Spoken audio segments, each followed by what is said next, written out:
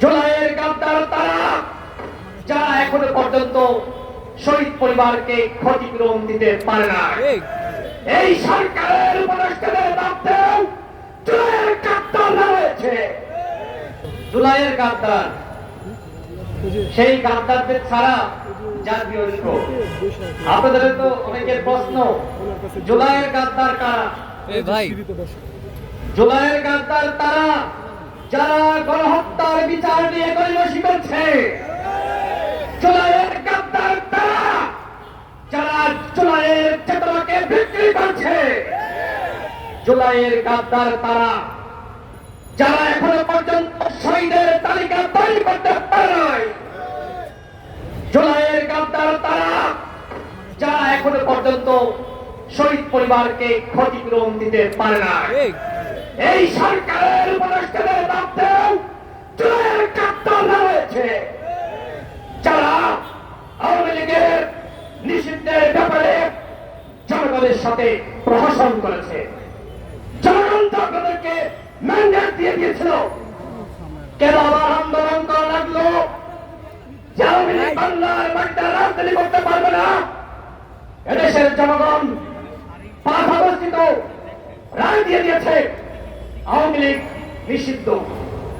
সুতরাং এই যে প্রজ্ঞাপনকারীর জন্য আবার আন্দোলন করা লাগলো, জমরা ঘেরাও করা লাগলো, ঐক্য বিনষ্ট হলো কেন রে ভাই?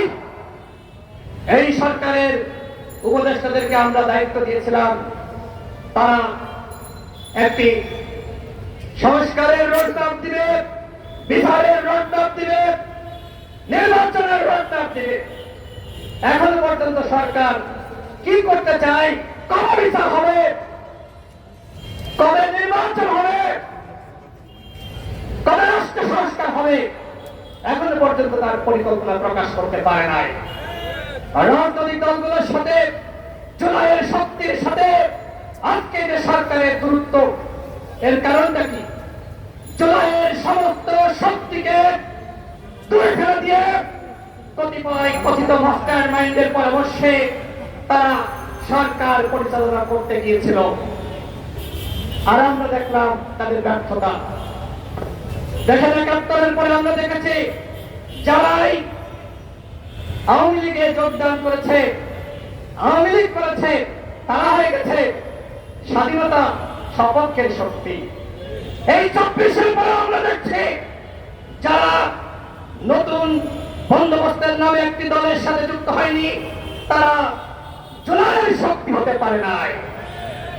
বিজ্ঞান জানাই এইখানে যারা আছে সামনে পিছনে মঞ্চে, এই গণঅভ্যুত্থানের প্রত্যেকের অবদান রয়েছে। সরকার সেই অবদান স্বীকার করে নাই। সরকার যদি আমাদের এই অবদান স্বীকার করত, সবাইকে নিয়ে সরকার গঠন করত, তাহলে এই অনেকটা আমাদের দেখতে হয় না। সরকারের বয়স এখন 10 মাস। এই 10 মাসে সরকারের অর্জন কি? গণহত্যার ভিতরে সরকার কি কি করছে, রাষ্ট্র সংস্কারে কি কি করছে, নতুন বাংলাদেশ বিনির্মাণে কি কি করছে, তার জবাব দিতে আমরা চাইতে পারি না। এখন যখন সমালোচনা করা হয় সরকারের কতিপয় উপদেষ্টাকে নিয়ে, যারা ছাদের মান্দানদের জামিন করেছে, যারা আওয়ামী লীগের বিরুদ্ধেরা নসরুল হামিদ বিপুল সম্পদ পাহারা দিচ্ছে, যারা রিফাইন্ড আওয়ামী লীগ গঠনের সাথে জড়িত ছিল, ওই উপদেষ্টাদের যে সমালোচনা করলে এখন বলা হচ্ছে যে আমাদের কার্যক্রমে বাধা দেওয়া হচ্ছে।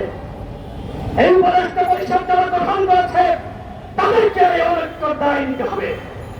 একটি জাতীয় সরকার যদি গঠন করত, তাহলে আজকে এই সমস্যা এই অনৈক্য হয় না।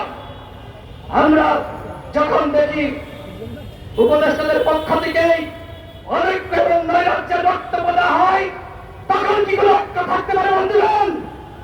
তখন কোন ঐক্য থাকতে পারে না। আমি বক্তব্য শেষ করব, তার আগে সরকারকে বলবো, যদি গণহত্যার বিচার, রাষ্ট্র সংস্কার করতে চান, জাতিকে আবার সুস্থ নিরপেক্ষ নির্বাচন উপহার দিতে চান, তাহলে সবার আগে যেটি দরকার এই উপদেষ্টা পরিষদের সংস্কার। উপদেষ্টা পরিষদ পুনর্গঠন না করলে কোনোভাবেই রাষ্ট্র বিনির্মাণ করা যাবে না। এইখানে অসংখ্য অযোগ্য লোক রয়েছে, অনেকের মাস্টার মাইন্ড রয়েছে। তারা ইতিমধ্যে জুলাইয়ের সমস্ত শক্তির সাথে অনেক বিনোদন সৃষ্টি করেছে। এইভাবে বন্ধুগণ রাষ্ট্র চলতে পারে না। সরকারকে বলবো, সবাইকে ডাকেন, আলোচনা করেন, আলোচনার ভিত্তিতে রোডম্যাপ প্রকাশ করেন। সরকারের মধ্য থেকে আজকে মিষ্টি মিষ্টি কথা বলছে, আজকে মানবিক করিডর নিয়ে চক্রান্ত চলছে, আজকে চট্টগ্রাম বন্দর নিয়ে চক্রান্ত চলছে, আজকে সেন্টমার্কেট নিয়ে চক্রান্ত চলছে। আমার স্পষ্ট কথা, কোনোভাবে এই বন্দর নিয়ে এবং একই সাথে মানবিক করিডর নিয়ে চিনি খাওয়া যাবে না। জনগণের ম্যান্ডেটের বাইরে গিয়ে কোনো সিদ্ধান্ত নেওয়া যাবে না।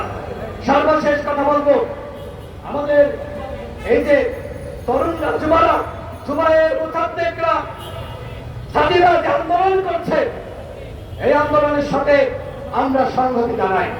জুলাইয়ের কাপ্তান ছাড়া সবাইকে নিয়ে নতুন ভাবে ঐক্য তৈরি করতে হবে এবং সরকারকে বাধ্য করতে হবে রাষ্ট্র সংস্কার, গণহত্যার বিচার এবং একটি অবাধ সুষ্ঠু নিরপেক্ষ নির্বাচন জাতিকে উপহার দেওয়ার জন্য।